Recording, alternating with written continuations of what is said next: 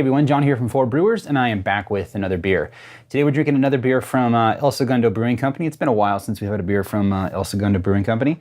This is a collab they did with Noble Ale Works out of Anaheim, California. And El Segundo is obviously out of El Segundo, California. This is Power Shower. This is, 8.8% double IPA.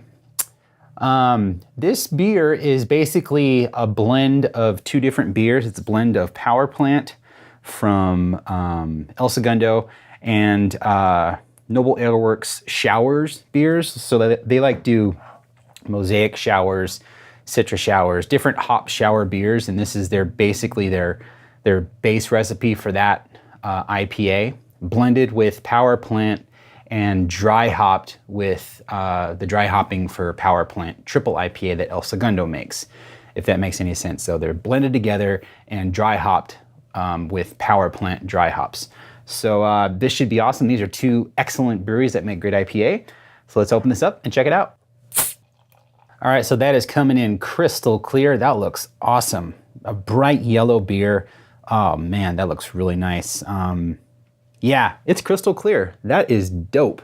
That looks awesome. Got a nice foamy white head on there that is slow to dissipate, which, as you know, I absolutely love that. It's a sign of a very well-made beer and a somewhat clean glass, which I'm kind of proud of too. So yeah, let's see what it smells like. Oh man, that is loaded full of aroma. So like I get this really big grassy, piney citrus thing right off the bat, like very, very present, very sharp too. Like you can smell this beer. Yeah, I get some like kind of danky resinous aromas too. Kind of like oily, like thick, just like kind of almost old school smelling like triple IPA aromas like that you'd get from like a Northwest kind of IPA. But it's definitely leaning more towards like the fruity side of all those hops. But you do get that kind of thick hop oil kind of thing coming off on the nose too. This is an excellent smelling beer. This is, man, this might be one of the best smelling beers I've had so far this year. And man, that says a lot because I've had a lot of really good beer this year. This smells amazing. Yeah, it's also got that fresh open bag of pellet hops kind of character. Where it just, you know, you can smell just super, super ultra fresh hops. The idea for this, very well executed. Like, oh my God, this smells amazing. So let's see what it tastes like. Dude, that is incredible. Man, really nice West Coast bitter bite. Nice and dry finish, but a little bit of a bready characteristic on the malt. Carbonation is perfect on this. Like it's just enough to, you know, prickle your tongue, wash everything away. The hop characteristics in this, man, the flavor matches the aroma. Nice and smooth and easy drinking. Man, this is such an awesome example of like a classic West Coast IPA. This is incredible. Yeah, man. Oh, nice, perfect mouthfeel on this. Like it's got the perfect level of dryness, but you still get a little bit of a pillowiness to kind of complement the malty characteristics of this beer. And it's really, you know, held back. It's not like this big malty thing that you're getting, but kind of like a light bready, crackery kind of thing.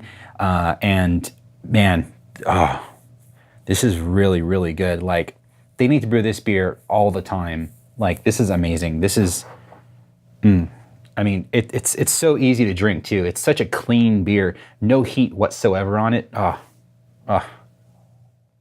As far as the hop flavors go, it's mostly kind of I'd say a piney, lemony, grass, a little bit of a grassy thing. That bitterness lingers. Oh, it's so refreshing to have a nice bitter beer. Like I love West Coast IPA so much. Like, don't get me wrong, the hazy beers and all that, I'm glad they're here, but man, you cannot beat a well done West Coast IPA. Yeah, this is awesome. Again, the flavors on this, I think, are a little more subdued than the aroma. that makes it sound bad.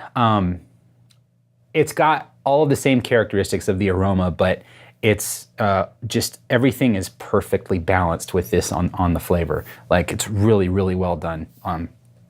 Very, very, very good.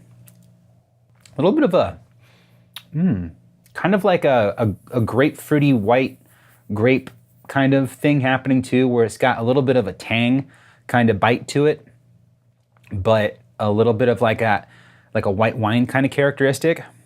This is really good. I should also mention that this beer was bottled yesterday. I don't know if you can make out the date on there. It says 10/5/18, and today is Saturday the 6th. So this was a day one dankness beer. They got this thing bottled and distributed on the same day. And I picked this up in Redlands, which is pretty far away from El Segundo. At Gerard's, by the way, you should go there because they're awesome. I want to say I was surprised by this beer. I'm taken back by how awesome it is and how simply just blending these two recipes and deciding to do the dry hopping of Power Plant made this beer what it is. Like, it's incredibly good. Like, I'm not exaggerating one bit.